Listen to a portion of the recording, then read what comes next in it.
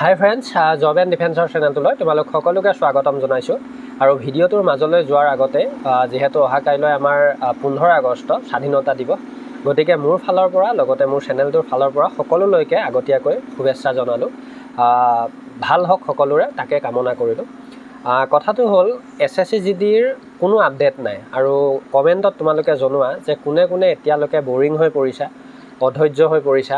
আৰু যিহেতুকৈ আমাৰ বহুত লেট হোৱা দেখা গৈছে, এই ভেকেঞ্চিটোত অতিমাত্ৰা লেট হৈছে যিকোনো এটা প্ৰচেছত, ৰিটেন হওক, ফিজিকেলৰ বাবে।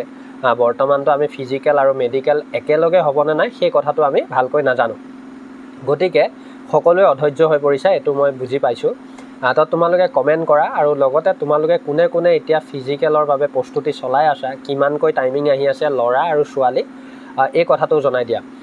এতিয়া মই ভিডিঅ'টোত এইখিনি কথা ক'বলৈ বিচাৰোঁ তোমালোকক। চোৱা, বৰ্তমান যিহেতুকৈ অহা কাইলৈ আমাৰ 15 আগষ্ট, আৰু অহা কাইলৈ মানে আমাৰ এতিয়ালৈকে যিহেতু আজি 14 তাৰিখ হ'ল, মই যেতিয়া লাইভত কৈছিলোঁ বা আগৰ ভিডিঅ'বিলাকত কৈছিলোঁ যে আমাৰ 12 বা 13 তাৰিখে কিবা এটা আপডেট অহাৰ সম্ভাৱনা আছে, কিন্তু মই এইটোও কৈছিলোঁ যদি নাহে তেতিয়াহ'লে আমাৰ নিশ্চয়কৈ আগষ্টৰ লাষ্টলৈ যাবগৈ পাৰে। গতিকে এতিয়াতো যিহেতু অহা কাইলৈ 15 আগষ্ট, আৰু 15 আগষ্টলৈকেতো আমাৰ একো নাহিলেই বুলিয়ে ধৰা, তো এতিয়া যদি আমি কিবা ভাবিব লাগে তেতিয়াহ'লে 22ৰ পৰা হয়তো 28 মানলৈকে আমি ভাবিব লাগিব। মানে 22 তাৰিখৰ পৰা 28 তাৰিখ মানলৈকে আমি ভাবিলে তেতিয়া নিশ্চয়কৈ তেতিয়ালৈকে কিবা এটা আপডেট আহিব। এতিয়া কথাটো হ'ল কি আপডেট আহিব পাৰে, আৰু এই ভেকেঞ্চিটোত এইবাৰ কিয় এনেকুৱা হৈছে, বা কি কাৰণে কি হৈছে, মই এই কথাখিনি তোমালোকক কৈ দিওঁ। চোৱা, এতিয়া বৰ্তমান CRPFৰ যোৱাকালি মই এটা আপডেট পালোঁ যে CRPFৰ এটা পাৰ্টৰ মানে এটা ভেকেঞ্চিৰ ফিজিকেল চলিব, বা মই সেই ন'টিচটো তোমালোকক মই দি দিম, লাগে তোমালোকে চাবা। তো তাৰ বাবে অলপ লেট হ'ব পাৰে। আৰু লগতে মই এইটো কথাও কৈ দিওঁ, যিহেতু SSC GDৰ চোৱা, এতিয়া বৰ্তমান আমাৰ যিহেতু SSC GDৰ ফালৰ পৰা ডাটাখিনি আমাক ক্লিয়াৰিফিকেশ্যনটো দিয়া নাই। কাৰণ কিয়, বৰ্তমান আমাৰ নৰ্মেলাইজেশ্যন হ'বলৈ বাকী আছে আৰু স্ক'ৰ কাৰ্ড আহিবলৈ বাকী আছে। মানে ধৰি লোৱা এতিয়া আমাৰ মেইন প্ৰচেছখিনি SSCৰ হাততে আছে। গতিকে আমাৰ নৰ্মেলাইজেশ্যন হওক, কাৰ কিমান মাৰ্ক বাঢ়ে, কেনেকুৱা এইবাৰ কি লেভেল হৈ যাব পাৰে, কিমান উলট পালট হ'ব পাৰে।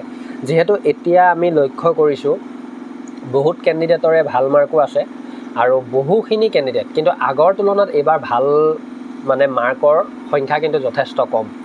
এই কথাটো তোমালোকে লক্ষ্য কৰিছানে নাই নাজানো। তোমালোকৰ লগ বন্ধুবিলাককো চাবা, বা আগতে যিখিনি কেণ্ডিডেটে আগতে এটা ভাল স্ক'ৰ উঠাবলৈ সক্ষম হৈছিলে, এইবাৰ কিন্তু সেইখিনি পৰাগৈ নাই। মানে সকলোৱে ভাল স্ক'ৰ এইবাৰ এচিভ কৰিব পৰা নাই। গতিকে মই এটা তোমালোকক কথা ক'ব বিচাৰোঁ যে নিশ্চয়কৈ ইয়াৰ প্ৰভাৱ আমাৰ কাট অফত পৰিব। ফাইনেল কাট অফত নিশ্চয় কাট অফ ডাউন যাব, আৰু এইটো 100%ই মানে হ'বগৈ যে কম যাব। কাৰণ কিয়, ইমানখিনি ওপৰ তল বা ইমানখিনি উলট পালট হোৱাৰ পিছত, সমস্যা জৰ্জৰিত থকাৰ পিছত এটা ভেকেঞ্চিত কাট অফটো ইমান হাই যোৱাৰ সম্ভাৱনা এনেও কম থাকে। আৰু তাৰ লগতে এতিয়া এনেকুৱাও হ'ব, যিহেতু আমাৰ অসমতো এটা পৰিস্থিতি হৈ গৈছে, বেয়া পৰিস্থিতি, তোমালোকে নিশ্চয়কৈ দেখিছা। কাৰণ আপাৰ আছামৰ পৰাও মোৰ লগতে বহুখিনি কেণ্ডিডেট জড়িত হৈ আছিলে, আৰু হয়তো মই এইটো বাৰু নাজানো, 100% ডাঠি পেলাই ক'ব নোৱাৰিম, হয়তো বহু কেণ্ডিডেটৰে এই সমস্যাখিনিৰ বাবে বা বানপানীৰ বাবে হয়তো তেনেকুৱা ফিজিকেলৰ কথা, মেডিকেলৰ কথা তেওঁলোকে ভাবিবও পৰা নাই। মই এইটো ভগৱানে নকৰক, কিন্তু কথাটো হ'ল এইবাৰ অসমৰ পৰিস্থিতিটো ইমান ঠিক নহয়, যিটোৰ কাৰণে হয়তো মিনিমাম 10% বা 15% কম্পিটিশ্যনটো আৰু কমি যাব।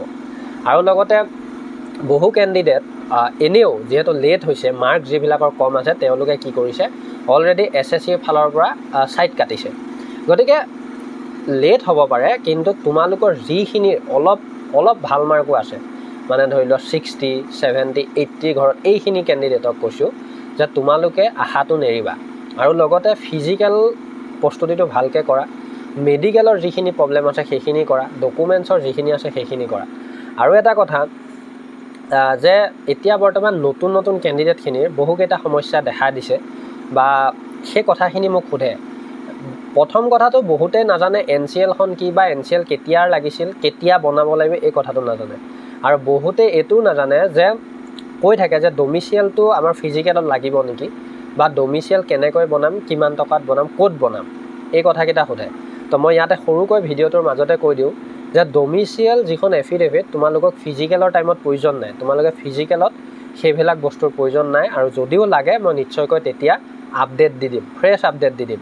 কিন্তু বৰ্তমান তোমালোকক মই এটাই কথা কৈছোঁ যে তোমালোকে এতিয়া মাত্ৰ কেৱল তোমালোকৰ যিখন হাইট আৰু চেষ্ট ৰিলেক্সেশ্যন ডকুমেণ্টছ যেতিয়া আমাৰ ফিজিকেলৰ বাবে আপডেট আহিব, বা ধৰি লোৱা আমাৰ যেতিয়া কাট অফ লাগিব, তেতিয়া তোমালোকে ৰেডি কৰি ল'বা। বাকী তোমালোকক এতিয়া একো ডকুমেণ্টছৰ প্ৰয়োজন নাই। আৰু যদি কাৰোবাৰ নাম ভুল আছে, কিবা আছে, সেইবিলাক তোমালোকৰ ডিভিৰ টাইমত হ'ব, বা সেইখিনি কথা কি কৰিব লাগে, কেনেকৈ ছল্ভ হ'ব, মই ধুনীয়াকৈ বুজাই দিম। আৰু এতিয়া মই শেষত তোমালোকক এটা কথা কৈ যাওঁ, চোৱা, অধৈৰ্য নহ'বা, নিশ্চয় 15 আগষ্টতো যাব দিয়া, হয়তো 2-3 দিনৰ পিছতো কিবা এটা আমাৰ মাজলৈ আপডেট অফিচিয়েলভাৱে আহি যাব। এতিয়া কিন্তু অফিচিয়েল ssc.gov.in একোৱে অফিচিয়েলভাৱে আমাৰ SSC GDক লৈ আপডেট নাই। না কি আমাৰ পষ্ট ইনক্ৰিজক লৈ, না কি আমাৰ ফিজিকেলক লৈ, না কি মেডিকেলক লৈ, বা ফিজিকেল মেডিকেল যে একেলগে পাতিব পাৰে সেইটো কোনো আপডেট নাই। গতিকে আমি ইয়াৰ পৰা এটা কথা ক'ব পাৰোঁ যে ইয়াৰ পিছত নিশ্চয়কৈ ভাল আপডেট আহিব, যিহেতুকৈ যথেষ্ট লেট হোৱা দেখা গৈছে। আগষ্ট যাবগৈ, যিহেতু 15 পালে মানে কি আৰু 15-16 দিন আছে। তাৰপিছত আমাৰ কি আহিব, ছেপ্টেম্বৰৰ মাহ আহিব। তাৰপিছতে আমাৰ ছেপ্টেম্বৰতো যিহেতু লাষ্টত আমাৰ ফিজিকেল হোৱাৰে সম্ভাৱনা থাকিব লাগে, কিন্তু নহ'লে অক্টোবৰত হ'ব, আৰু অক্টোবৰলৈ যোৱাৰ লগে লগে ফিজিকেল মেডিকেল প্ৰায় একেলগে হোৱাৰ সম্ভাৱনাও থাকিব। গতিকে আমি ৰ'ব লাগিব, কিন্তু বেছি সময় আৰু নালাগে। আৰু যথেষ্ট গৰম অসমতো পৰিছে, তো চাই চিতি ৰানিং কৰিবা। আৰু তোমালোকক এই ভিডিঅ'টোতে মই শেষৰ বাৰত কৈ যাওঁ, যিসকলৰ পাৰ্চনেলি কিবা প্ৰব্লেম আছে, মই এইখিনিতে ধুনীয়াকৈ বুজাই দিওঁ। চোৱা, বহুতে এতিয়া মোক ফোন কৰে, দিনত বিশেষকৈ ফোন কৰে দেই। মই এটা কথা তোমালোকক কৈ দিওঁ, তোমালোকে পৰাপক্ষত দিনত যদি ইম্পৰ্টেণ্ট কথা থাকে, ফোন কৰাৰ আগত মোক আগদিনা ৰাতি এটা মেছেজ কৰিব পাৰা, যদি বেয়া নোপোৱা। মানে কি, মই ব্যস্ত থাকোঁ, আৰু ব্যস্ত থকাৰ বাবে কি হয়, তোমালোকে ফোন কৰা ঠিকেই, কিন্তু মই কথা পাতিবলৈ সক্ষম নহওঁ। আৰু লগতে ৰাতিও কেতিয়াবা মোৰ যেতিয়া ফিজিকেলৰ বাবে ময়ো ৰানিং কৰিব যাওঁ, ফিল্ডৰ পৰা অহা দেৰি হয়, অহাৰ পিছত আকৌ মোৰ ওলাই যাবলগীয়া কাম থাকে, ওলাই যাওঁ, আহি পেলাই ঘৰত সোমাওঁ, মানুহটো ভাগৰি থাকোঁ, বা কাম কৰিব মন নাযায়, কথা পাতিব মন নাযায় কেতিয়াবা, তো তেতিয়াও তেনেকুৱা হয়।